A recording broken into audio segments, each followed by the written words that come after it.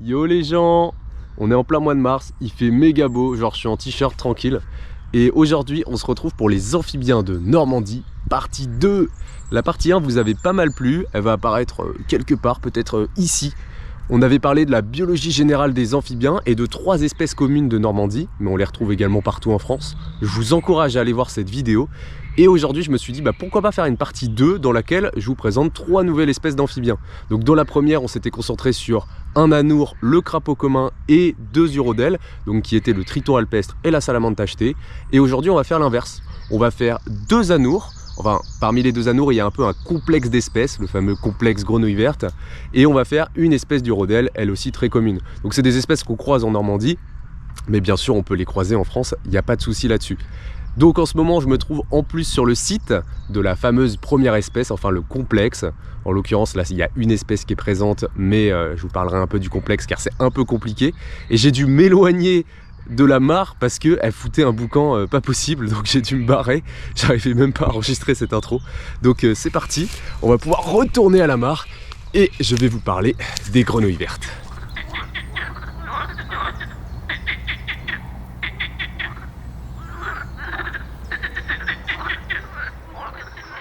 Ah, les grenouilles vertes, c'est sans aucun conteste les amphibiens les plus observés par la plupart des gens en France. Pour la simple et bonne raison qu'elles ont une forte activité diurne, à la différence des autres espèces.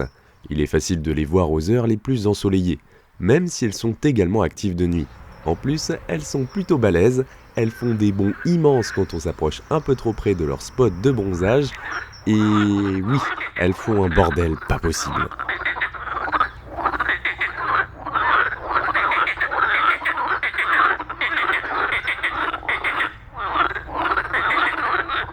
Ça fait pas mal de raisons pour les remarquer, mais perso, j'apprécie beaucoup la mélodie des grenouilles vertes. Elles appartiennent à la famille des Rhanidés. En anglais, cela désigne les true frogs, les vraies grenouilles. Aujourd'hui, elles sont placées dans le genre Pelophylax, mais il faut savoir qu'autrefois, les grenouilles vertes étaient placées dans le genre Rana. Ce n'est qu'avec l'arrivée d'outils moléculaires plus sophistiqués dans les années 2000 qu'elles ont été placées dans le genre Pelophylax. Le genre Rana étant réservé aux vraies grenouilles brunes, dont on parlera un jour également. Le genre Pelophylax comprend une vingtaine d'espèces qui se rencontrent en Afrique du Nord, en Europe et en Asie. Les grenouilles vertes ont des mœurs très aquatiques et fréquentent une grande variété d'habitats. Les grandes rivières, les marais, on les voit souvent sur les rives bien ensoleillées. Je vais te briser tes os, je vais te boire ton sang. Ainsi que sur les plans d'eau de superficie plus ou moins importante et d'au moins 50 cm de profondeur, comme les étangs, les mares, les bassins, les carrières, les douves, les tourbières. La cohabitation avec des poissons est même possible. Elles passent l'hiver dans le substrat des plans d'eau, dans les berges ou sous des feuilles mortes. Là où le tétard est principalement herbivore, consommant bactéries et débris organiques, l'adulte est surtout insectivore. Mais comme d'habitude, ça tape dans tout ce qui bouge et qui rentre dans la boca. Bon, depuis tout à l'heure, je vous parle de grenouilles vertes au pluriel. Et je pourrais même parler du complexe grenouille verte. Mais bon sang, ça veut dire quoi, complexe grenouille verte? Pourquoi employer ce mot? Le terme complexe grenouille verte est en fait utilisé pour désigner plusieurs espèces de grenouilles appartenant au genre Pelophylax qui ne sont pas faciles à différencier les unes des autres, surtout pour un néophyte, premièrement parce qu'elles se ressemblent beaucoup, et deuxièmement parce qu'elles s'hybrident entre elles. Si Linné n'avait décrit qu'une seule espèce de grenouille verte au XVIIIe siècle, les outils génétiques en identifient aujourd'hui plus d'une dizaine en Europe. Ici, en Normandie, le complexe est composé de 3 taxons, que sont la grenouille de Lessona, Pelophylax lessonae, de petite taille, la grenouille rieuse, Pelophylax ridibundus, de grande taille, et la grenouille verte commune, Pelophylax cael esculentus, qui résulte de l'hybridation des 2 premières espèces. L'hybride étant apparu au nord de l'Europe il y a quelques dizaines à centaines de milliers d'années, durant les périodes interglaciaires du Quaternaire. Certains d'entre vous l'auront peut-être remarqué, qu'est-ce que fout un cael en plein milieu du nom de l'espèce? Eh bien, cael, c'est l'abréviation du mot klepton. Attention, ça va être un peu complexe et je vais être obligé de vous parler génétique. Donc je vais essayer de vulgariser ça au mieux. En biologie, un klepton désigne une espèce qui nécessite un croisement avec une autre espèce étroitement apparentée afin de compléter son cycle de reproduction. Les amphibiens sont spécifiques du phénomène, pratiquant des amplexus déviants interspécifiques. Prenons une grenouille de Lessona qui s'accouple avec une grenouille rieuse. On a alors un hybride, Pelophylax kael esculentus, qui a la particularité de ne pas obéir aux lois de la génétique de Mendel. Les individus hybrides, Pelophylax kael esculentus, sont viables, fertiles, appartiennent aux deux sexes avec des mâles et des femelles, mais le truc, c'est que la reproduction des kleptons entre eux n'est généralement pas viable, car les descendants sont homozygotes pour des mutations délétères récessives. Deux grenouilles vertes communes sont incapables de se reproduire entre elles. Mais à cause d'une originalité de leur méiose, à savoir la transmission dans leurs gamètes des gènes d'un seul des parents, les hybrides perdurent de génération en génération en se reproduisant avec l'une des espèces parentales. Il y a une élimination systématique du génome d'un des parents, à savoir celui de la grenouille de Lessona. Les gamètes produits par l'hybride, la grenouille verte commune, ne contiennent que des gènes de la grenouille rieuse et redonnent par croisement avec la grenouille de Lessona d'autres grenouilles vertes communes. Ce mécanisme d'hybridation, ignorant le processus de recombinaison, autrement dit de brassage génétique, est nommé hybridogénèse, et les lignées sont appelées kleptons. Klepton, ça fait penser à kleptomane, tout simplement car la grenouille va voler un individu d'une autre espèce pour se reproduire. C'est une forme de parasitisme sexuel. Il faut également préciser qu'à la base, la grenouille rieuse n'est pas présente en Normandie.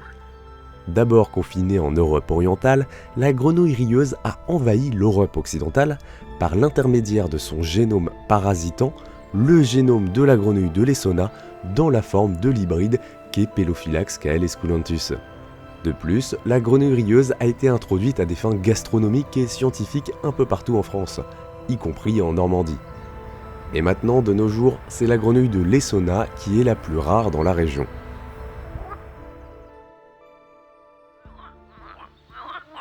Ok, sympa le petit cours génétique, mais comment on reconnaît les différentes espèces avec ce bordel ? Et bah, l'existence d'hybrides de composition génétique variée donne pas mal de difficultés d'identification, forcément. Sur pas mal de caractères, la grenouille verte commune apparaît comme l'intermédiaire entre la grenouille rieuse et la grenouille de Lessona. Un des critères intéressants, c'est la couleur des sacs vocaux. Blanc chez la Lessona, blanc grisâtre chez la commune, et gris foncé à noirâtre chez la rieuse. Cette dernière est également la plus grosse, 10 à 15 cm, contre environ 7 cm pour la Lessona qui est la plus petite. Sinon, une des meilleures techniques d'identification reste l'écoute des chants nuptiaux. La rieuse a un chant très puissant, on a vraiment l'impression qu'elle ricane, qu'elle se fout bien de votre gueule.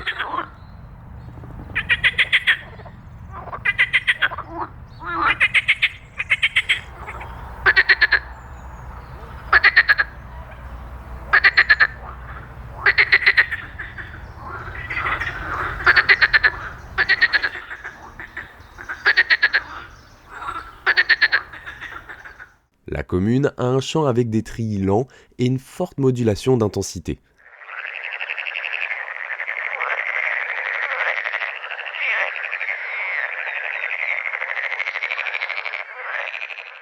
Chez la Lessona, les trilles sont plus rapides et on note beaucoup moins de variations d'intensité.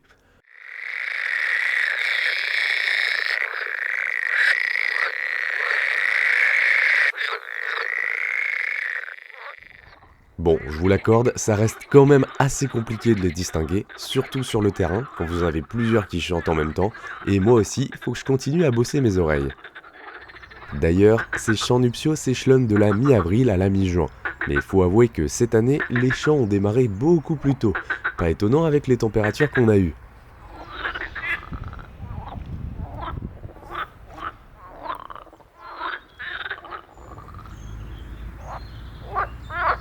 Pendant la saison des amours, les mâles sont très territoriaux et loquaces. Il n'est pas rare d'observer des bastons de grenouilles.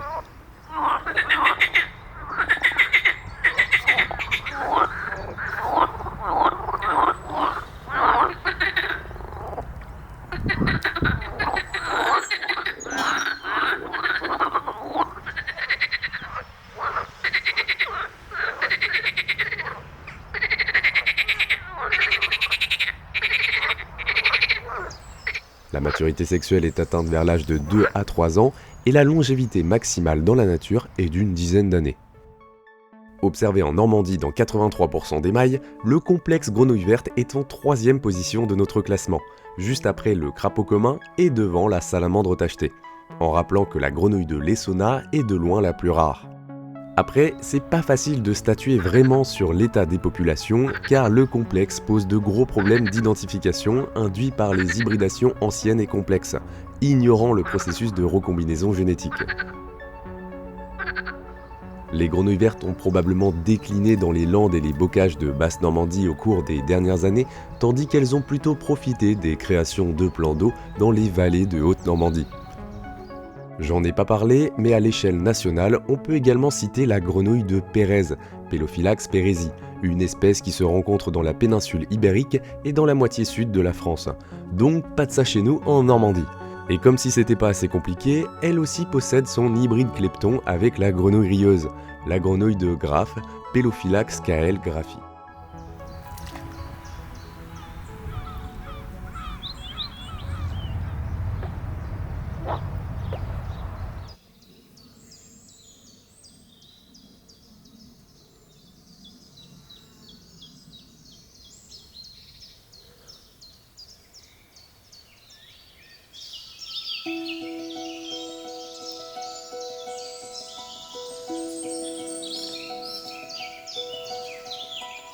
Bon, il est temps de parler de l'urodèle le plus commun de Normandie. J'ai nommé le triton palmé, Lissotriton helveticus. Observé dans 90% des mailles en Normandie, c'est le numéro uno, le plus fréquent de nos amphibiens autochtones. Il est répandu dans une grande partie de l'Europe occidentale. C'est l'un de nos plus petits tritons européens. La femelle est un peu plus grande que le mâle. En Normandie, maximum 7,5 cm pour la femelle, contre 6,5 maximum pour le mâle. Mais bien sûr, les individus peuvent être plus grands dans certaines populations, mais en Normandie, c'est les tailles qu'on a et c'est comme ça. Dans une grande partie de son aire de répartition, le triton palmé est une espèce ubiquiste, qui se reproduit dans tous les sites d'eau stagnante non poissonneux, et ce n'est pas rare de le croiser dans les biotopes d'origine anthropique, tels que les mares et les étangs. Si jamais vous décidez un jour de créer une mare dans votre jardin, c'est très probable qu'elle soit colonisée rapidement, le plus souvent dès la première année quand une population de tritons palmés est présente dans un rayon inférieur à 500 mètres. Alors ok, on le retrouve dans divers milieux, mais perso, c'est dans les mares et les ornières forestières, ainsi que dans les traces de bagnoles remplies de flotte, que je l'observe facilement. Avec sa coloration discrète, il se camoufle très bien par-dessus le substrat. A contrario, son ventre est orange clair, avec parfois quelques taches. Sa gorge est généralement non tachetée. C'est l'un des critères qui permet de différencier le triton palmé de son proche cousin le triton ponctué, Lissotriton vulgaris, appartenant au même genre et dont on parlera probablement un jour. Le filament caudal que possèdent les mâles en livrée nuptiale est également une bonne technique pour identifier le triton palmé. De plus, les doigts des pattes arrière sont reliés par une palmure sombre très développée. C'est d'ailleurs cette particularité qui donne son nom à l'espèce. En revanche, les femelles palmées sont plus compliquées à différencier du triton ponctué. Mais on peut noter que le triton palmé femelle possède une gorge plus cendrée, souvent mouchetée. On note aussi 2 tubercules clairs bien visibles sous le pied, contre un seul tubercule de la même couleur que l'épiderme chez le ponctué. Enfin, le triton palmé a un aspect moins allongé et plus rondouillard, plus trapu que la femelle triton ponctué. Comme la plupart des tritons, le palmé passe une partie de l'année sur la terre ferme, mais dès le début du mois de février, il retourne à l'eau pour la reproduction. C'est durant cette phase aquatique que les mâles développent les caractéristiques nuptiales de l'espèce qu'on a évoquées juste avant, à savoir le filament caudal, les palmures sombres développées, ainsi qu'une légère crête.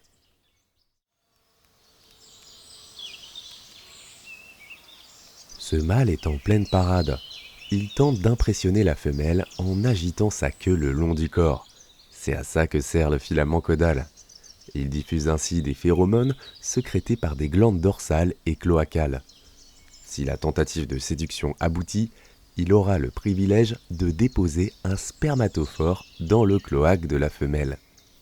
Et oui, chez les tritons, la fécondation est interne, à la différence des anoures comme les grenouilles et les crapauds, qui pratiquent une fécondation externe lors de l'amplexus. La femelle pondra pendant plusieurs semaines, un par un, des dizaines, voire des centaines d'œufs dans la végétation immergée, qui donneront des larves au bout de 2 à 3 semaines. Puis, environ 2 à 4 mois plus tard, bam, des tritons métamorphosés. À savoir que dans les régions les plus froides, les larves passent l'hiver dans l'eau et se métamorphosent l'année suivante. La maturité sexuelle du triton palmé survient à 3 ou 4 ans et la longévité maximale est d'environ 10 ans. Ce spécimen est en pleine chasse. Il faut être rapide et précis pour arriver à ses fins.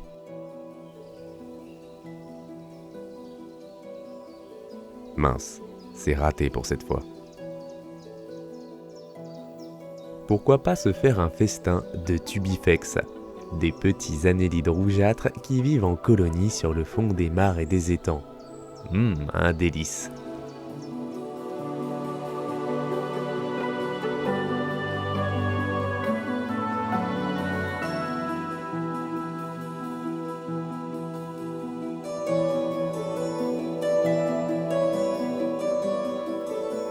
Le palmé se nourrit d'une multitude de petits invertébrés. Il peut aussi grailler des pontes de rainettes ou des têtards de pélodites ponctués par exemple. Mais en contrepartie, il peut aussi servir de repas aux gigantesques tritons crêtés ou aux voraces crapauds communs.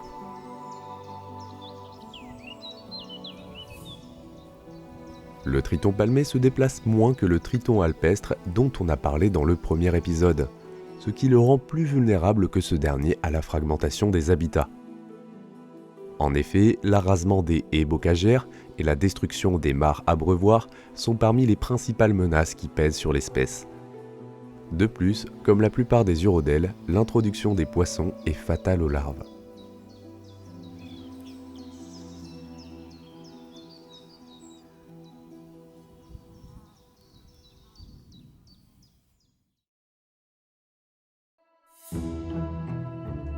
C'est maintenant l'heure de vous présenter un coquin que je cherchais depuis pas mal de temps, le crapaud calamite, Epidalea calamita. Contrairement aux 5 amphibiens dont on a parlé auparavant, et qui sont parmi les plus communs, c'est vrai que je les croise souvent lors de mes sorties sur le terrain, et bah pour le crapaud calamite, ce n'est pas du tout la même chose, et j'ai galéré à le trouver. En Normandie, il est en 13e position des amphibiens autochtones. J'avais croisé sa route complètement par hasard une fois au parc du Marcanterre en 2020. Et depuis maintenant plus de 2 ans, je prospecte régulièrement pour le rencontrer à nouveau, notamment sur une station où je sais qu'il est présent. Mais que dalle, nada, aucun crapaud calamite. Puis récemment, après une sortie sur l'estran lors des grandes marées, je décide à la nuit tombée de passer vite fait au marais qui n'était pas loin. On sait jamais. Et bah, truc de fou. Je n'ai même pas fait 10 mètres sur le chemin et j'en ai vu un en pleine balade. Un crapaud calamite qui arrivait en face de moi dans une flaque sur le sentier. Alors, comment vous expliquer ça? Ça fait des années que je viens sur ce spot. Je sais qu'il y a du crapaud commun, mais également du crapaud calamite. Mais moi, j'en ai jamais vu. Ça fait 3 ans que je viens régulièrement. J'en ai jamais vu pendant les périodes de repos, etc. Là, j'étais sur l'estran, je me balade. J'étais pas loin du spot. Je me dis, vas-y, je vais venir checker si jamais je croise un crapaud calamite. On sait jamais, quoi.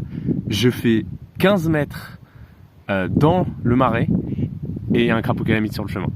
Je suis trop chanceux et trop content et je vais pouvoir faire des images du petit crapaud calamite. On reconnaît bien parce que déjà il marche beaucoup comparé au crapaud commun. On entend des canards. Et il y a une ligne dorsale bien jaune dessus. Donc trop cool. Crapaud calamite, je suis refait, putain. Également surnommé crapaud des joncs, le crapaud calamite appartient à la famille des Buffonidés, tout comme le crapaud commun. Légèrement plus petit que son cousin, il a la particularité de se déplacer en courant plutôt qu'en sautant. Ça dénote beaucoup du reste des anoures, et le voir d'étaler est plutôt amusant. On le reconnaît aisément à sa ligne jaune médio-dorsale. En théorie, impossible de se tromper sur l'identification grâce à celle-ci. Je dis en théorie, car apparemment, parfois, la ligne pourrait être discontinue ou absente. Tout comme les autres buffonidés, il est doté de glandes parotoïdes, à peine plus longues que larges, ce qui le distingue également des longues glandes parotoïdes du crapaud commun. Pauvre mortel, contemplez cette magnifique pupille horizontale, accompagnée de cet iris verdâtre qui vous plonge dans le cosmos. C'est vraiment bien assorti à la couleur globale de son corps. On le retrouve dans une grande partie de l'ouest de l'Europe. En France, il se raréfie du sud vers le nord. Et en Normandie, on ne va pas se le cacher, c'est une espèce plutôt inféodée au littoral. On le retrouve principalement sur les côtes septentrionales et orientales de la Manche, surtout au niveau des pannes dunaires, des mares temporaires au sol sablonneux qu'il affectionne particulièrement.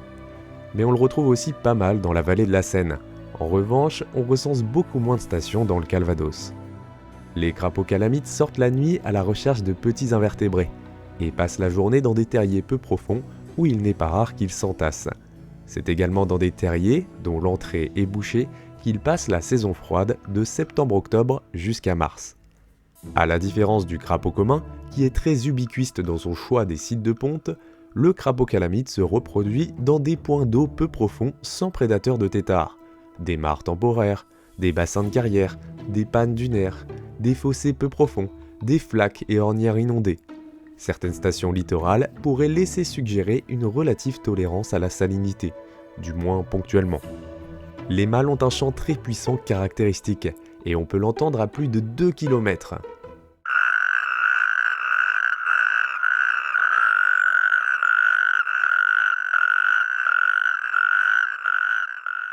Néanmoins, le chant peut être confondu avec celui d'un orthoptère, la courtilière.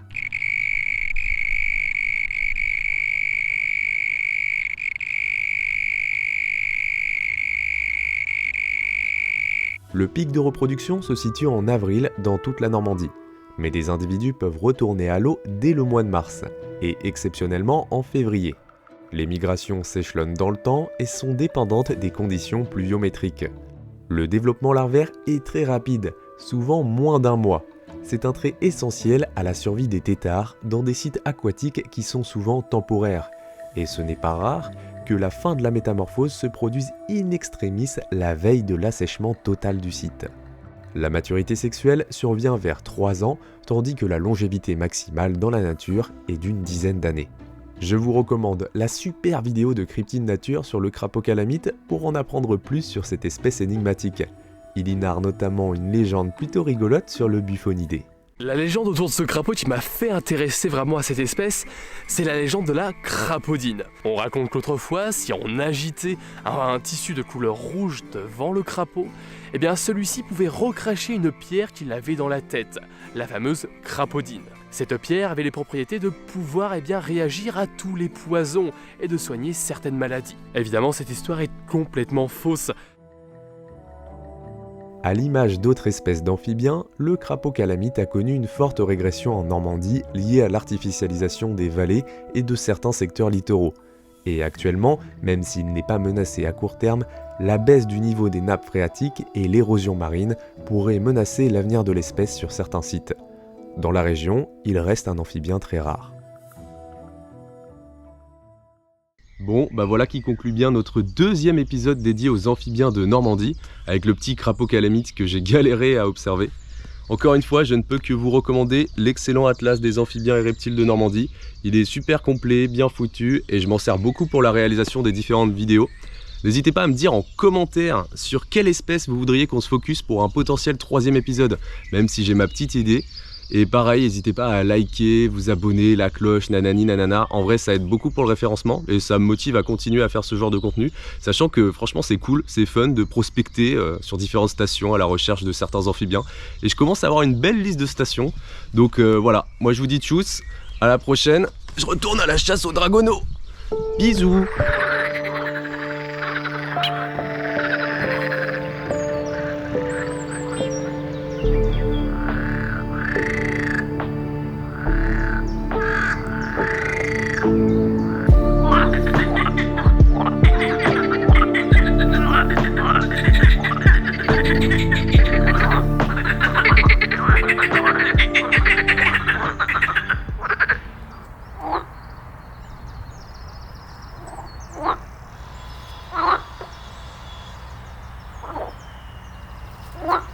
Bah tu viens me voir toi? Alors, on va parler forcément du complexe grenouille verte dans son ensemble. Donc ça regroupe 3 espèces. Oh là là là là là. Tu vois là, elles font plus de bruit.